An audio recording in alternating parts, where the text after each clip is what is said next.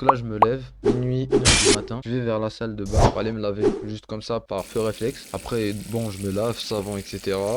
Tu connais. Après, bam, je vois mon visage moitié rempli de sang.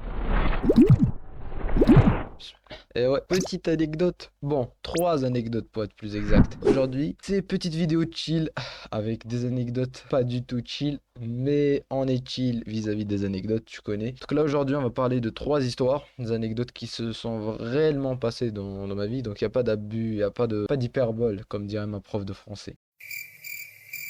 Bon, en gros, on va d'abord commencer par la première, qui est littéralement qui m'a un peu plus choqué. Vous allez comprendre pourquoi. Allez, donc, on perd pas beaucoup de temps et on y va.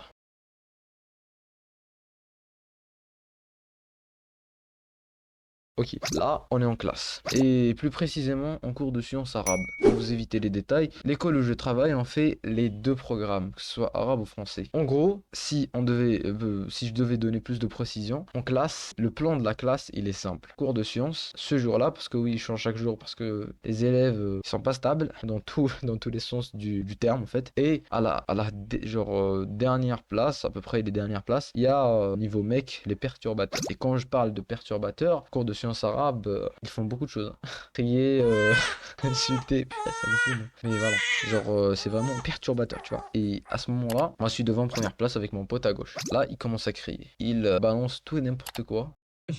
Pélo, qu'est-ce que tu fais à la NNI? Wesh, Pélo.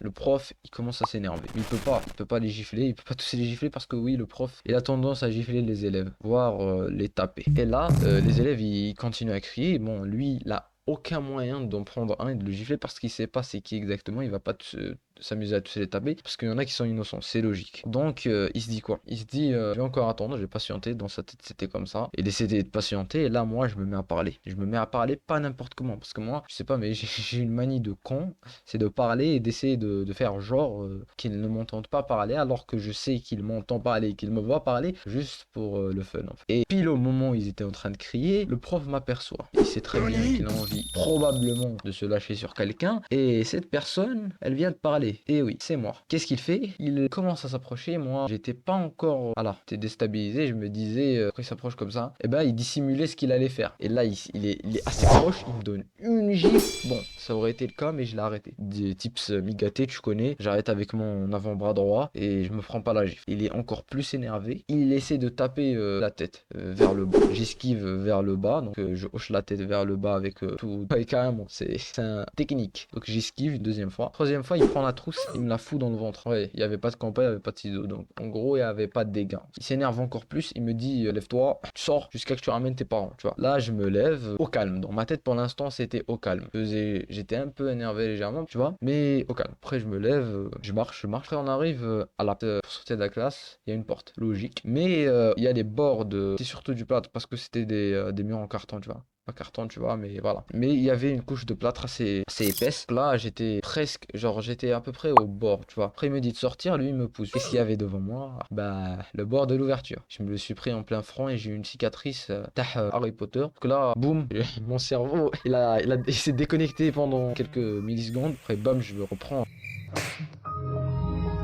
Bon, je sors quand même. Donc là, il y a les surveillants, ils viennent, ils disent t'as quoi, etc., etc. Je leur dis j'ai ça, j'ai ça. Après, disent de descendre vers la bibliothèque jusqu'à que je commence à avoir un peu trop mal au niveau. Parce que je savais pas encore si j'avais une ouverture, tu vois. Je me suis dit petite bosse, de rien du tout. Et bam, quand ils vérifient, ils voient une grosse cicatrice. J'ai pas de photo malheureusement. Peut-être j'en mettrai au montage, je sais pas. Non. C'est assez chaud, hein. Ah ouais, j'espère que ça vous aura plu parce que les gens ils aiment rigoler sur les gens, tu vois, quand ils souffrent. C'est aberrant, mais c'est vrai.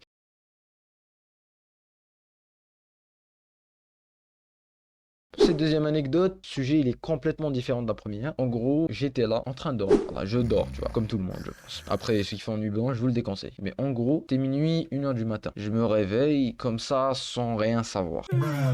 Nighty night. Je m'en ai me gratter. Je me suis dit, allez, par réflexe, je vais aller me laver. Parce qu'en fait, j'ai ce réflexe d'aller me laver quand je me réveille. Je sais pas pourquoi, mais voilà. Et là, j'en profite. Une fois que j'ai lavé mes mains, j'en profite pour laver mon nez. Ouais, je sais, normalement, c'est l'inverse. Tu commences d'abord par ton nez, puis par tes mains, mais ok. cliquer. Là, boum, en hochant ma tête vers le haut, je vois mon visage à moitié rempli de sang, purée.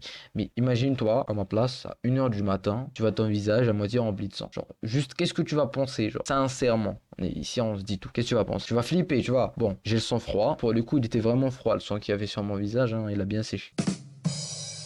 Ouais, le flop, il était... Bon, là, je prends de l'eau et essayer d'enlever tout le sang dans mon visage. Là, c'est là où j'ai remarqué que ça avait assez séché, tu vois. Ça a pris du temps, j'ai dû frotter, etc. Et là, je me pose maintenant la question. Combien de temps j'ai dû prendre pour saigner? Parce que oui, vous l'avez compris, mon nez me grattait, donc j'ai dû saigner et j'ai dû frotter en dormant, je ne sais par quel miracle, mon visage. Ouais. Donc là, je me pose toujours la question. Si j'étais resté plus de temps, parce que j'ai sûrement pris quelques 3 minutes, 4 minutes hein, pour que ça sèche autant, imaginez, je m'étais pas réveillé et je continuais à saigner. Serais-je encore vivant? Très très bonne question et dont je n'ai pas la réponse.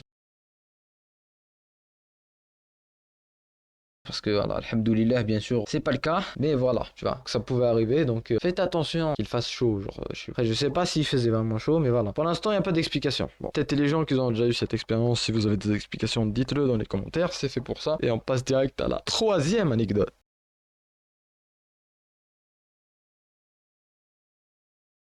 Pour celle-ci, ça va être un peu plus original parce qu'on va surtout parler de la dernière vidéo. Déjà, je fais juste un petit retour. 92 visionnements, que ça va. Ce moment, parce qu'il est 4h32 du soir, le 16 avril. Moi, je suis content, ça, elle vous a probablement plu. Maintenant, je vais vous parler comment j'ai monté la vidéo. Parce que oui, je l'ai monté. Pour cela, j'ai d'abord commencé à le faire sur CapCut pour essayer de cut. Voilà, tu les blancs, etc. Parce que sinon, ça aurait fait un truc vraiment très très moche. Là, je commence à cut, j'ai fini de cut. Ça m'a pris 1h15 parce que le clavier sur CapCut, c'est pas si chaud que ça, tu vois. C'est très très gaze. Après, je mets une image, j'essaie de mettre une transition, tu vois. Donc CapCut, pour mettre une transition, tu cliques sur l'image, tu vas dans l'onglet transition, tu as une transition que tu peux mettre. Le problème, c'est que dès que j'ouvre l'onglet de transition de CapCut, en imaginant que tout va être gratuit comme d'habitude, et bah, comment vous dire ça simplement, 90% des transitions, elles étaient pro.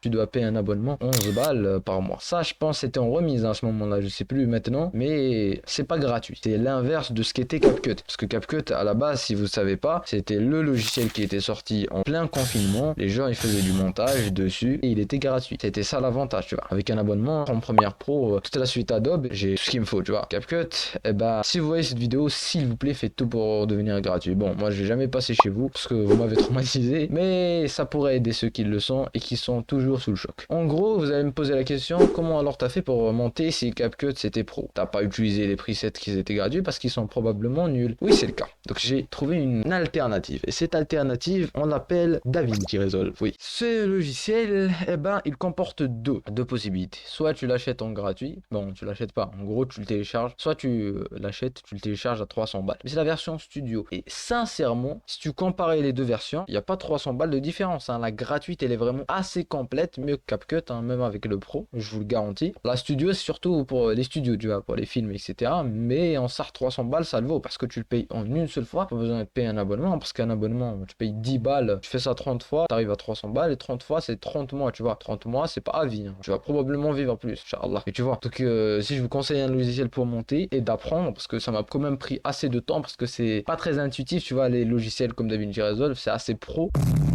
Mais une fois que vous vous y connaissez, vous pouvez sortir des bangers, ce genre de transition qu'on appelle du motion graphique. Et sinon, c'était Agakai pour cette nouvelle vidéo.